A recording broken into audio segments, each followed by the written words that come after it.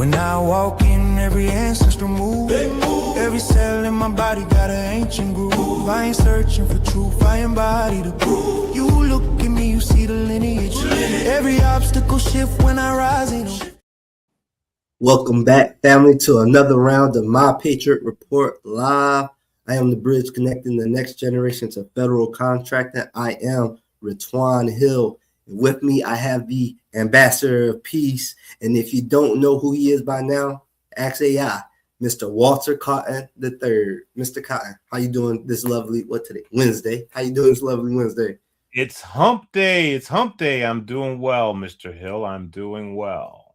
Yes, sir. Yes, sir. Yes, sir. So just for the edification for the audience, we are doing this daily podcast because we want you guys to really hear us and really understand the significance of the "you are here" point. We're at a pivotal moment in history for the United States, and we're looking at real threats. So, but while we also looking at real threats, we have real live opportunities. And if you're a veteran and service disabled veteran, this is your season. That's the simplest way I can put it. So, Mr. Kai, what's really going on right now, man? What we see that we're doing a blockade now, and I really, I don't want to continue doubling down on this administration and the idea of the Peter Principle, because it kind of looks bullying after a while. But the idea of a blockade, strategically just doesn't make sense when what you have hanging in the balance is so significant. I mean, the potential geoeconomic reverberations of this action would cause me to rethink this, and so I'm just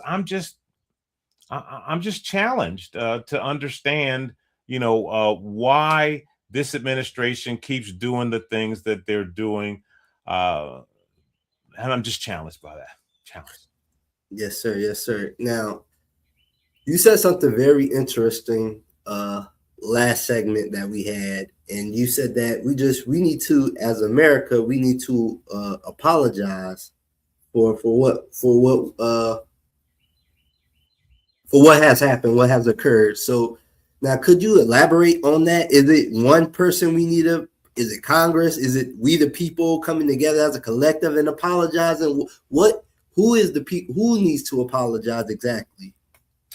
Well, as I look at, this unique circumstance or situation, I don't know that we have the appropriate justification for the loss of life that has occurred under this circumstance. And so as I see the situation, we're trying to negotiate ourselves back into the position that we had before we preemptively struck that country.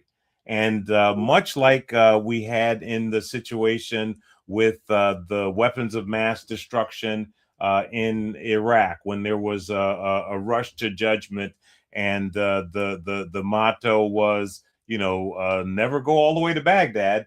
We went all the way to Baghdad, and we disrupted that country and that nation based on a false premise. And I just believe the righter you do the wrong thing, the wronger you become, right? An error doesn't become a mistake unless you don't correct it. And in this particular instance, I think that we've erred in our decision to preemptively attack Iran. And I think that we need to, throw a mea culpa out there, do the things necessary to reduce this economic hemorrhaging that we're experiencing as a nation, and help that region of the world reinstitute its systems so that it works again. So I'm on the side that says when you make an error, you go ahead and do the things necessary to correct that error. And if it requires a mea culpa, if it requires an apology, you take your hat off and you deliver that apology. You know, do you? Okay, well, we already were in renegotiation. I guess that was failed. So, do you think that it's at a point where we may be a little too far gone for apology at I this? mean, again, like, you're asking me questions about this administration, man. And, I'm challenged by their Peter Principle approach to things, because you don't go into a negotiation with experienced diplomats on the other side of the table when you've got nothing but opportunistic businessmen on your side of the table. What sense does that make? There's a school of thought that came out of the, first negotiation that actually led to this particular event, that suggested that our side of the table misinterpreted the information that was coming out of their diplomatic communication, because they didn't understand diplomatic speech.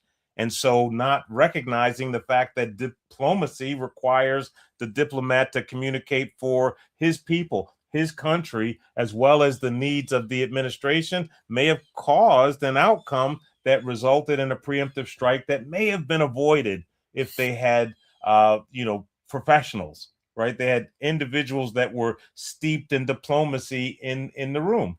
And so, again, when you start talking about this administration, my skin crawls, because I'm a layman, and I can see this stuff from where I'm sitting. Yes, sir. Yes, sir. Now let's just you bring it back into the we the people and what's going on domestically, because we've been hearing these talks about famine, and in my mind's eye, from my perspective, that seems a little too over extreme. So is this just a fear? Is this a fearful tactic, or are we really looking at a real potential famine environment? This is a very real telegraphing of an outcome that is going to occur because of the stuff that's already happening, right? There's going to be starvation. There's going to be hunger as a result of what's already happened to the cheap oil supply, right? If it persists, there will be famine. In what parts of the world? You have to talk to the people that project that kind of stuff, but they are predicting it aggressively. Will it affect these United States? Maybe not initially, but eventually, if the trajectory, the arc of performance doesn't change. We need to, I think, redefine the "you are here" point, because we are allowing the "you are here" point to be defined by Neanderthal barbaric thinking, right? Thinking that doesn't serve the age of enlightenment that we've arrived at. And in this age of enlightenment, it's not the strongest species that survives the kind of change that we're experiencing. It's the most agile. And we need to recognize that and start breeding that kind of thinking into the philosophies, strategies, and policies that we're operating. Mm-hmm. Yes, indeed. Yes, indeed. Now, when it comes to making America safe again, that's what we're all about. The Patriots taking charge and stimulating the economy, protecting these shores of the United States, that like we always done. Now, how does that look exactly? Is that the veterans? Well, let me jump in. It looks like we the people recognizing that we have a dog in this fight, right? Mm-hmm. And so this ceasefire belongs to we the people as well, because right now we have a negotiated decision not to use any kinetic action against one another, right? That's over in Iran as well as here on the shores of these United States of America. And let me look in the camera and speak directly to my fellow citizens when I explain to them, when they say this is an asymmetric war, that means that it's not going to be just over there in Iran, right? It's here in our backyard. So this ceasefire is also sending messages to people that could affect you in your backyard to stand down until a negotiation can occur. So what I'm of the opinion that we need to do is we need to put ourselves in a position where we don't wind this thing back up into kinetic action. And that's where the Congress, right, the only body that can act under these circumstances, needs to acquire some testicular fortitude to deliver a message to the executive branch that says these shenanigans stop here, right? These shenanigans stop here, and they stop right now. And I'd like them to deliver that message during the ceasefire so that we can go into some real negotiations with some real diplomats at the table after, this 2-week time period is up. But in the event that that doesn't happen, right, we have another effort underway to get the Congress's attention, to telegraph and communicate to the world that the American people want you to know that we are agreement viable. The American people want the world to know that we are a people that you can depend on. And we're going to do that by influencing the Congress through the midterm election. And Mr. Hill, we have a website that we've created to help them navigate that process, to help them support that process. Can you tell them a little bit about that website and that action? Yes, sir. Yes, indeed. So we created a website, guys, to make it easy for you to know who you're working with, who Mr. Cotton is, and who his team is. And we also made it easy for you to be able to reach directly out to your Congress. So what you will see here, guys, I'll start from the bottom and go up. You'll see individuals like Mr. William Bill Elmore, who is, responsible for a whole bunch of legislation being passed, created for the veteran population. And then as you go down, you'll see also a video of Mr. Cotton and Mr. Elmore pushing the message up about the Contracting Our Veterans Act, something that they've been driving for years. And this is the third time, guys, that this bill has been introduced. And we have high confidence that will be approved. And then as you go down, you'll see yours truly, Mr. Cotton, and his background and his legacy of 20 plus years of advocacy, selfless advocacy for the disabled veteran community. And then as you go and as we scroll back up, guys, you'll see where you have the ability to contact your Congress. And also you'll see a barcode for if you want to support this movement and support us as we continue to push this message and push the good fight for veterans to make it more equal for the whole veteran population. So when you click contact our Congress, it takes you to the democracy.io, which is where you could put your address in. And once you put your address in, you have the ability to identify who's in your Congress, who's your Congress, and then you can write to them. And this is where you can easily ask them to support the two bills. And the two bills that we've identified or that we're pushing is the Contract Our Veterans Act. And the goal is to ultimately get co-sponsors to sponsor this bill. Now, I did have a question for you, Mr. Cotton, I want to ask. We see two large discrepancies when we look at this. So we look at the Senate bill of Contract Our Veterans Act, and it has two co-sponsors. And we also, and on HR, we see that on the House side, we see they have 6 representatives. Of course, Representative Barr of Kentucky, he co-sponsored it on the 13th, which was Monday. But on the Veteran Member Business Loan Act, more specifically on the House side, we have 62 co-sponsors. How does that look exactly? Like, why is it such a large discrepancy? Is this something saying this is something that House has a strong feeling or strong interest in getting passed? Like, how does the co-sponsor work? How do we have a 62 co-sponsors on one bill, then all the other ones, there's like single digit number. How does that materialize like that? There are a lot of rationale as to why one bill would get more pre-support than the other.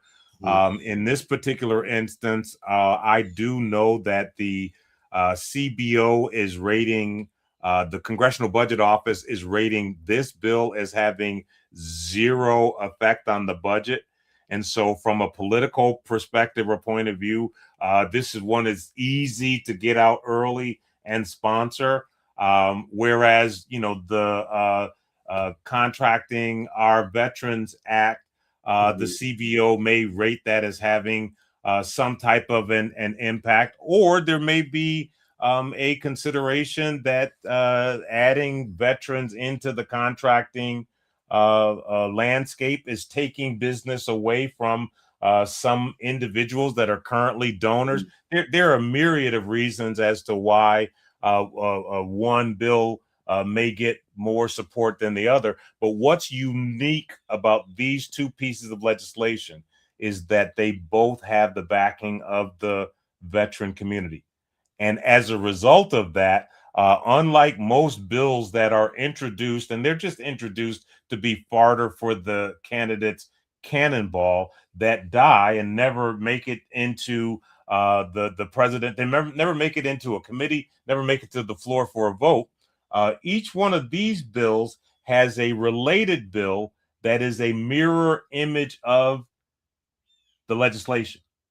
And that is important because that is what is required in order to get a piece of legislation to the president's desk for signature. The House and the Senate have to pass two mirrored versions of it, and then that piece goes to the president's desk for signature. In this particular instance, the veteran community has reached into the House, it's reached into the Senate, and has asked them to support two pieces of legislation.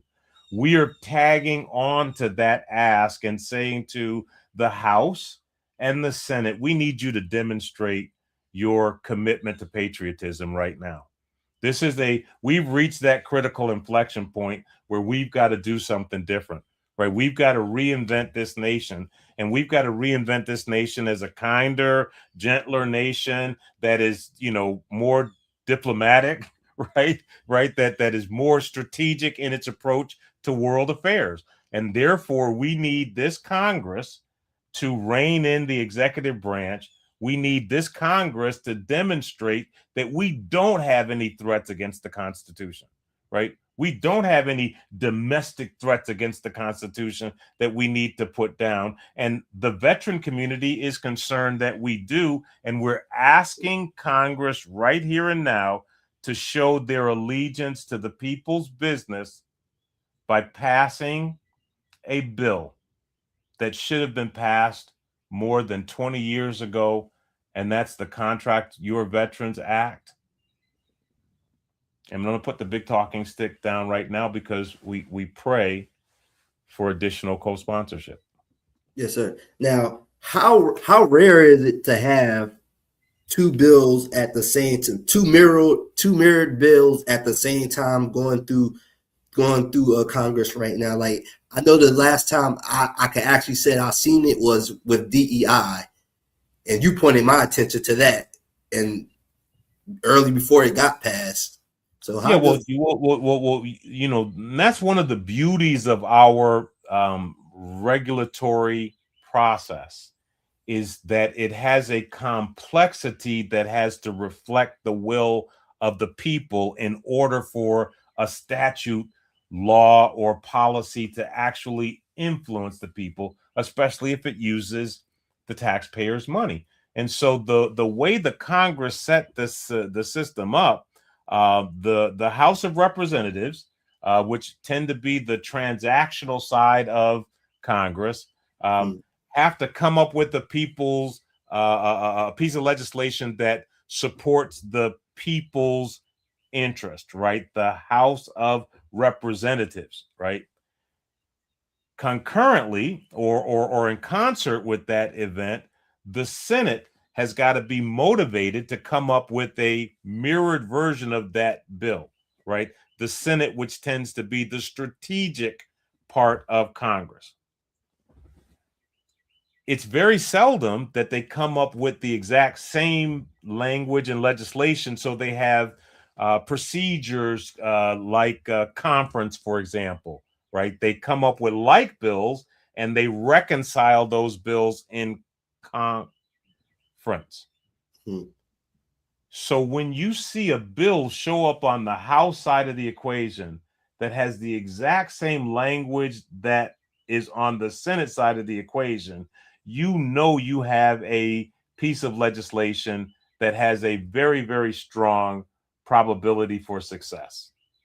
That means someone has a will that they're trying to get implemented.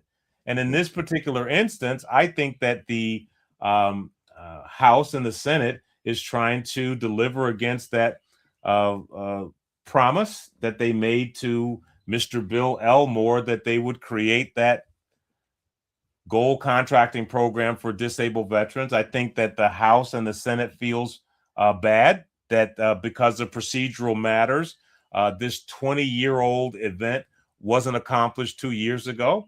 And I think that they put these two mirrored bill efforts together to give them the greatest probability of success. And what do I mean by that? Right? There are multiple pathways that a bill like this can take to success, right? It can come out of committee on both the House and the Senate side, right? Go down to the floor for a vote, bada bit, bada boom, and you've got a bill that the president signed. It could equally get attached to a high-flying piece of legislation that enjoys House and Senate support, bada bit, bada boom. So what you're looking at is a non-traditional event that is telegraphing the fact that the Congress wants to make sure that this particular event occurs during this particular cycle.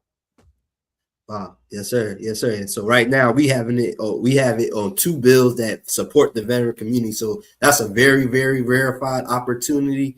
Or not opportunity. That's a very rarefied event that's occurring. Right. And what I want to make sure that I'm clear about what we're doing in this particular action, because the veteran community tends to be relatively independent, right? We tend to be apolitical. We are focused on what is, in the patriotic best interest of these United States. But we found it necessary because of a executive branch that appears to be out of control, having our members in harm's way in a way that we feel is unnecessary, and a Congress who is apparently asleep at the wheel. We're $51 billion into this particular action that has not been sanctioned by Congress, right? So what we want to do is we want to test to see whether or not we've got a constitutional crisis on our hands or not, right? We want to test to see whether or not we have a system of government that supports the will of the constitutional republic that we enjoy, right? And so we want to see if our democratically elected officials can get the memo that if they are not acting within the interest and the will of the people will replace them. So here is an opportunity, right, where we have a benign event that you have already agreed to support, that allows you to signal to the American people your radical economic patriotism, for you to signal to the American people that you have our interest in heart, not big business, not some foreign interest. You have the interest of the American people at heart. And so we're giving you a pathway. Here's an alley-oop for you, right? Don't cost you nothing. I think that's how that song goes. All you need to do is have one of your staffers go to the computer, and you know what terminal I'm talking about, and sign up as a co-sponsor for this legislation. When you get that request from your constituent that says, hey, Mr. Congressman, hey, Mr. Senator, hey, Miss Congresswoman, hey, Madam Senator, we need you to support this bill, respond, engage, show up as a co-sponsor, because I will guarantee you that your absence on this list will impact you more than, well, I'm not going to use any euphemisms because we've got some moral challenges within the Congress we need to address right now. But your appearance on this list will positively impact your reelection chances during the midterm. Yes, sir. Yes, sir. Yes, indeed. And I'm just sharing with you guys. If you don't see your senator or your representative on here, hey, that's telling you we need you to reach out to them. And for the individuals or the group or the veterans, the population that reached out to their representative in Kentucky, we would like to hear from you. We want to hear exactly how you did it, what you said, what was the response that you got. So we would love to invite you onto the show so we could get your input on what did you do to. Yes. And I can we go back to that HR 7534, and we have a co-sponsor there for Andy Barr, Yes, sir. Congressman Representative Andy Barr.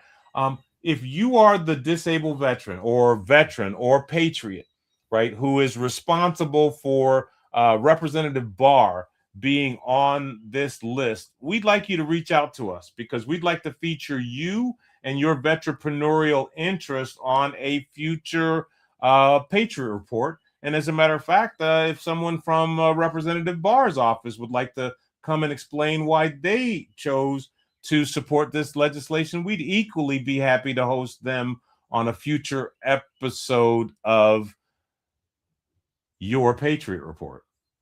Yes, sir. Yes, sir. Yes, sir.